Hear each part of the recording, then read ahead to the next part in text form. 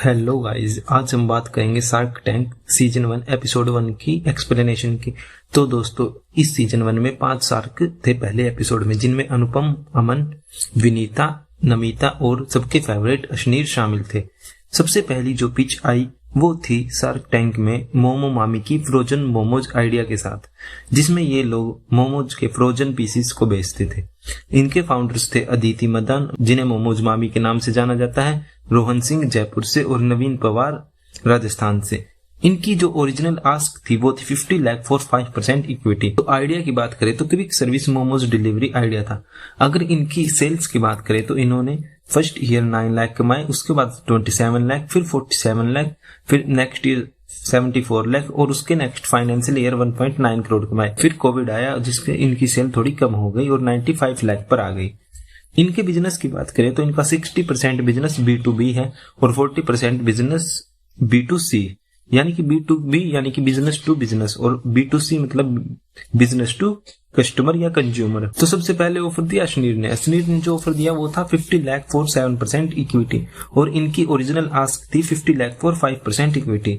अनुपम और नमिता आउट हो गए अपने अपने रीजंस देकर। इसके बाद अश्नीर और अमन ने एक कोलैब ऑफर दिया, वो था 50 लाख फॉर 12%। इसी बीच विनीता ने भी एक ऑफर दिया 50 लाख फॉर 20%, जो कि बहुत ही ज्यादा खराब ऑफर था दोस्तों, और उसके लिए तो मोमो मामी ने साफ मना कर दिया। इसके बाद नेक्स्ट मोमो मामी ने बोला कि अश्नीर और अमन थोड़ा या तो फंड रेज करे या फिर इक्विटी थोड़ी कम करे। इसके बाद अमन, अश्नीर और विनीता ने कंबाइन ऑफर दिया 75 लाख फॉर 16% और ये डील डन हो गई।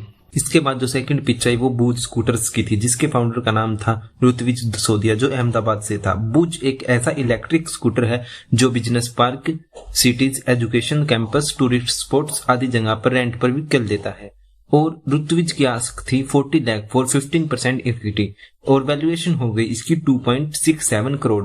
ऋत्विज पेशे से एक इंजीनियर था। उन्होंने 2017 में एक कंपनी बनाई थी, उसके और उसके पापा ने मिलकर इसमें 10 लाख रुपए की इन्वेस्टमेंट की थी और उनकी पहली सेल 2019 में स्टार्ट हुई और उनकी अब तक की टोटल सेल 4 लाख थी। इसके बाद अनुपम और अश्नीर ने स्कूटर्स का डेमो लिया, जिसमें अश्नीर ने बहुत अच्छी तरह से राइड किया। अनुपम ने सबसे पहले बोला कि ये कैंपस में प्रॉफिटेबल बिजनेस बनना मुश्किल है, इसलिए वो इस डील से बाहर है। फिर नमिता ने बताया कि वो प्रोडक्ट से रिलेट नहीं कर पा रही और वो जिस प्रोडक्ट से रिलेट नहीं कर पाती वो उसमें इन्वेस्टमेंट नहीं करती और उसको इस प्रोडक्ट को लेकर वाइब भी नहीं आ रही, इसलिए वो इस डील से बाहर रहेगी। फिर अमन ने बताया कि इस कंपनी में अपने पैसे के साथ साथ अपनी सैलरी भी इन्वेस्ट किया, क्योंकि आपने कोई भी सैलरी विड्रॉ नहीं की, तो आपने 10 लाख प्लस अपनी 5-6 सालों की सैलरी भी इसमें इन्वेस्ट की है। ऋत्विज ने बताया कि गोवा में उनकी जो फन चैन है उनके साथ उनका डीलरशिप चल रही है। ये बंदा काफी इनोसेंट था। अमन ने बोला कि वो आउट है क्योंकि ऋत्विज ना तो स्कूटर बना रहा है,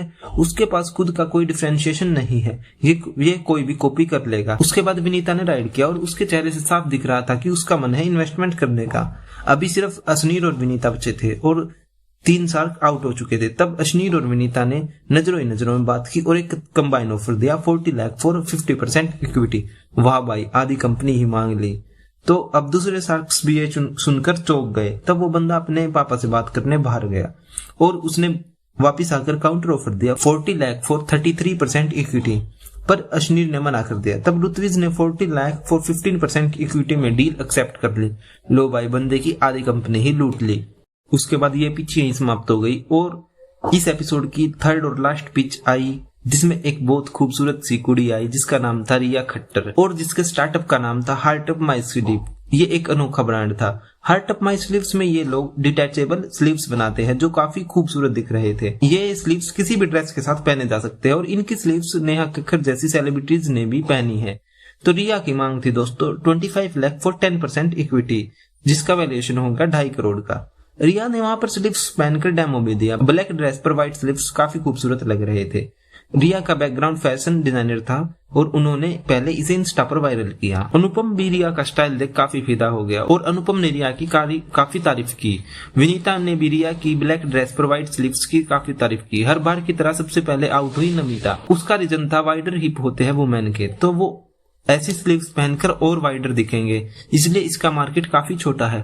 फिर अनुपम का क्वेश्चन था कि ब्रांड आइडेंटिटी कायम रखना इसमें बहुत मुश्किल है। कोई भी इसे इजिली कॉपी कर लेगा और कोई भी इसे नाम से नहीं पहनेगा कि मुझे तो हार्ट अप माई स्लीव्स का डिटैचेबल स्लीव्स ही पहनना है। तो रिया ने कहा कि जब हम लोग मार्केट करेंगे, फेसबुक एड्स से, इंस्टा पे चीजें वायरल करेंगे तो ब्रांड सेट होता जाएगा। उसके बाद विनीता ने कुछ ज्ञान पेला और फिर अनुपम के साथ मिलकर एक ऑफर दिया जो था 25 लाख फॉर 40% इक्विटी। लो भाई, अमन के मुंह से तो ओह निकल गई। अनुपम ने चिकनी चुपड़ी बातें बोलकर उसे भुनाने की कोशिश की। तब रिया ने काउंटर ऑफर दिया 25 लाख फॉर 30% इक्विटी। लेकिन उसने यहाँ पर अरमन और अश्नीर का ऑफर्स नहीं सुने। 25 लाख फॉर 30% इक्विटी पे ये डील पक्की हो गई। फिर विनीता नमिता ने भी स्लीव्स ट्राई किए और कैटवॉक किया। फिर अनुपम ने भी स्लीव्स पहनकर कैटवॉक की।